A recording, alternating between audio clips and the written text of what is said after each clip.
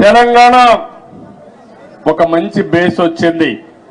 దీన్ని నెక్స్ట్ లెవెల్కు తీసుకుపోవడానికి ఇక్కడ పాలకులకు అవకాశం ఉంది. ఆంధ్రప్రదేశ్ ఇబ్బందుల్లో ఉంది.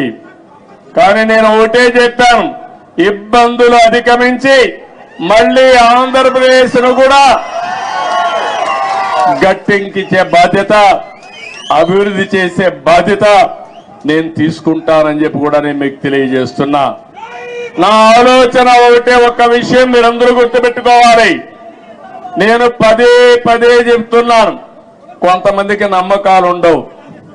నేను ఎప్పుడో తయారు చేశాను విజన్ 2020 అని.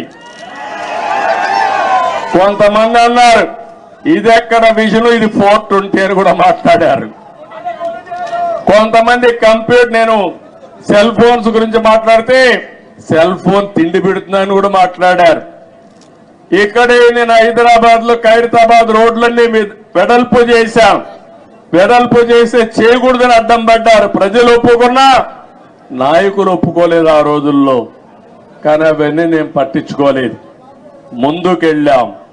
ఈరోజు మళ్ళా మీ అందరికీ ఒకటే చెప్తున్నాను, 2047కి భారతదేశం ప్రపంచంలోనే నెంబర్ 1 గా గాని ఉంటుంది. వికసిత్ భారత్.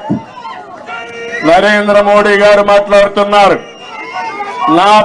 నేను ఆలోచించేది, ఈ వికసిత్ భారత్ లో నెంబర్ 1 కమ్యూనిటీ ఏదంటే తెలంగాణ, ఆంధ్ర రాష్ట్రంలో ఉండే తెలుగు జాతి ఉండాలి. ప్రపంచంలో భారతీయులు నెంబర్ 1 గా ఉంటారు. అందులో 30-35% తెలుగు వాడు ఉండాలని నేను ఆలోచిస్తున్నా. ఒకప్పుడు చాలా మంది అన్నారు ఎట్ట సాధ్యం అన్నారు.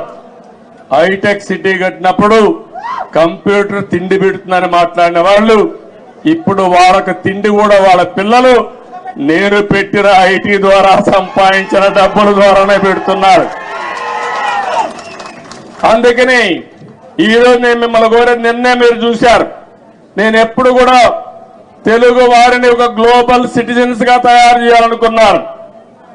ఆ రోజు ఇక్కడ హైదరాబాద్ లో పనిచేస్తా ఉంటే, పనిచేసే రోజుల్లో నేను చెప్పేవాడిని, మీరు జాబ్ వర్క్ చేస్తున్నారు, అమెరికాలో డేటా పంపిస్తే డేటా ఎంట్రీ చేయడానికి పరిమితం అవుతున్నారు.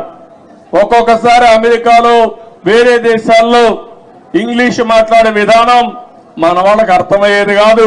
మన వాళ్ళు ఇంగ్లీష్ చెప్తే వాళ్ళకి అర్థమయ్యేది కాదు.